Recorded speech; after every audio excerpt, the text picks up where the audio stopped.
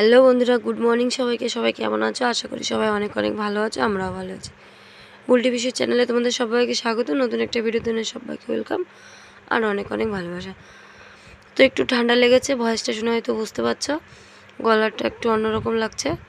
তো যাই হোক বন্ধুরা, সকাল হয়ে গেছে, এখন রান্না বান্না করছি। এখন বাজে 6:30 মতো। উঠেছি 5টার দিকে, প্রতিদিন সকাল 5টার দিকেই উঠতে হয়। 6:30টার মধ্যে জিতুকে রেডি করে স্কুলে পাঠিয়ে দিয়ে আমি রান্না করতে বসি। তো এখন হয়তো 7টা বেজে গেছে। তো রান্না করেছি লাউ বড়ি। আজকে আমাদের মধ্যে লাউ বড়ি রান্না করলে মানে হলুদ ছাড়া রান্না করে খাই আমরা, আর লাউ দিয়ে রুই মাছ দিয়ে রান্না করছি। তারপর রান্না বান্না করে দোকানে গিয়েছিলাম, দোকান থেকে আবার বাড়িতেও চলে এসেছি।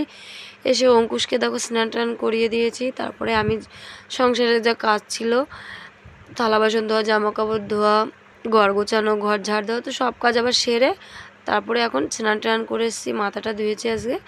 এখন দেবো পুজো। তো ফুল তুলতে চলে এসেছি। গাছে দেখতেই পেলে দুটো স্থলপদ্ম ফুল ফুটেছিল, খুব সুন্দর দেখতে হয়েছে দেখো। তারপরে দুটো তিনটে গোলাপ ফুল ছিলাম সাদা রঙের, দুটো লাল, আর গাছে অনেক সাদা ফুল ফুটেছে, কিন্তু বৃষ্টি হয় না অনেক দিন। ফুল গাছটা কেমন একটা শুকনো শুকনো হয়ে আছে। ফুলগুলো ছিঁড়লে পরে তাড়াতাড়ি ছিঁড়া যায় না, গাছের জন্য গাছের মনের জন্য শুকিয়ে গেছে ফুলগুলো। তো যাই হোক, ফুলগুলো সব ছিঁড়ে নিয়ে এসেছি, থালা বাসন ধুয়ে নিয়ে এসেছি। এখন এখানে পুজো দিতে বসছি। অঙ্কুশকে সে এবার কোলে করে নিয়েই পুজো দিয়ে যাবো। অঙ্কুশ পুজোর সময় প্রতিদিন আমার সঙ্গেই থাকে। ও খুব ভালোবাসে, শঙ্খ বাজায়, একটু লোলো করে। তো যাই হোক বন্ধুরা, তারপরে পুজো দিয়ে উঠেই জিতুকে খেতে বললাম। জিতু এখন ভাত খাবে, অঙ্কুশকে এখন ঘুম পাড়াবো দেখি। আর মাথাটা আসছে, আবার একটু রেডি হবো। তো মাথা তো আঁচড়াতে পারলাম না, যখনই অঙ্কুশের ঘুম পেয়েছে সেই মুহূর্তে কারেন্ট চলে গেছে। এখন অবধি কারেন্ট আসেনি, প্রায় 4:30-5টা মতো বাজে, তখনও কারেন্ট আসেনি। তারপরে বিকালবেলা অঙ্কুশকে রেডি করে দিয়ে এখন তোমাদের দাদাভাইয়ের কাছে দিয়ে আসবো। তারপরে বাকি আবার সংসারের বিকালে কাজ করব। সকাল থেকে অবধি নিজেকে দেখার মতো এখনও সময় হয়নি, দেখেছো, এখনও মাথাটাই আমি আঁচড়াতে পারিনি। তা যাই হোক, তারপরে দুপুরবেলা খাওয়া দাওয়া হয়েছে, সেই একটু থালা বাসন ছিল, এখন থালা বাসন ধোবো, জামা কাপড় তুলবো। জামা কাপড় তো তুলে নিয়ে এসেছি, তারপরে থালা বাসন ধুতে এসেছি, তারপরে ঘর ঝাড় দেবো, উঠান ঝাড় দেবো। তো থালা বাসনগুলো দেখো ধুতে এসেছি,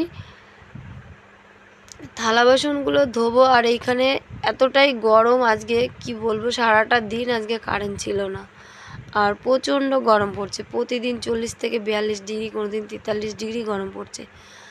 আর সারা দিন পুজোকে নিয়ে থাকতে থাকতে গায়ের জন্য গরম আমারই বেশি লাগে। তো যাই হোক, তারপরে সব থালা বাসন ধোয়া গেলো। হাঁড়িটার পেছনে একটু মাটি এজে দিলাম, তারপরে 1 বালতি জল নিয়ে রান্নাঘরে রেখে আসলাম। তারপরে এই দেখো উঠান এখন ঝাড় দেবো। উঠানটা আমাদের বাড়ি অনেক বড়, একদিন তোমাদেরকে পুরোটাই ঘুরে দেখাবো। তো এইখানে ফোনটা রেখে আমার ভিডিও করতে সুবিধা হয় বলে প্রতিদিন আমার ঘরের দরজা থেকেই মানে ঝাড় দেওয়ার ভিডিওটা করি, আর বাকি উঠানটা আগেই আমি ঝাড় দিই। আর ভিডিও করার সময় ফোনটা যদি ঠিকঠাক জায়গায় না সেট করে রাখা হয়, তাহলে ভিডিওটা খুব সুন্দরভাবে আসে না। তো যাই হোক, উঠান ঝাড় দেওয়া কমপ্লিট হয়ে গেলো। এই যে সারাদিন পরে নিজেকে দেখার একটু টাইম হলো, যে আমি আমার মুখটাই দেখিনি সকাল থেকে আয়নায়। তো তারপরে মাথাটা আসছে, সিঁদুরটা পরে আবার শাড়িটা বদলে নিয়েই দেখো সন্ধ্যা লেগে গেছে, আবার সন্ধ্যা দিতে চলে আসলাম। তো সন্ধ্যা দেখিয়ে নিলাম, আজকে মঙ্গলবার ছিল, ওর জন্য বাড়িতে একটু ধূপ ধরিয়ে সারা বাড়িতে দেখালাম।